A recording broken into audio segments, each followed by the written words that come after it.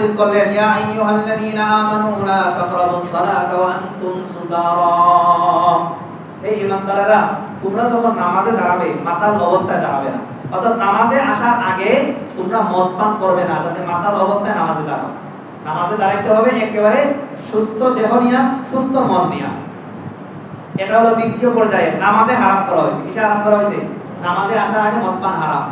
এরপরে আল্লাহ তাআলা চূড়ান্ত পর্যায়ে ইন্নামাল খামরু ওয়াল মাইসিরু ওয়াল আনসাবু রিজসুম মিন আমালিশ শাইতান, চূড়ান্ত পর্যায়ে আল্লাহ তাআলা আয়াত নাযিল করে দিলেন, হে ঈমানদারেরা, আজকে থেকে তোমাদের জন্য মদ পান করা, মদের ব্যবসা করা, মদের লাইসেন্স দেওয়া, মদের সাথে সম্পৃক্ত থাকা সব কিছু তোমাদের জন্য হারাম করা হলো।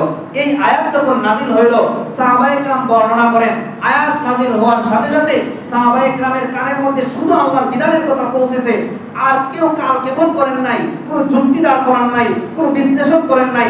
ঘরের ভিতরে মদ ছিল, পাত্রের ভিতরে মদ ছিল।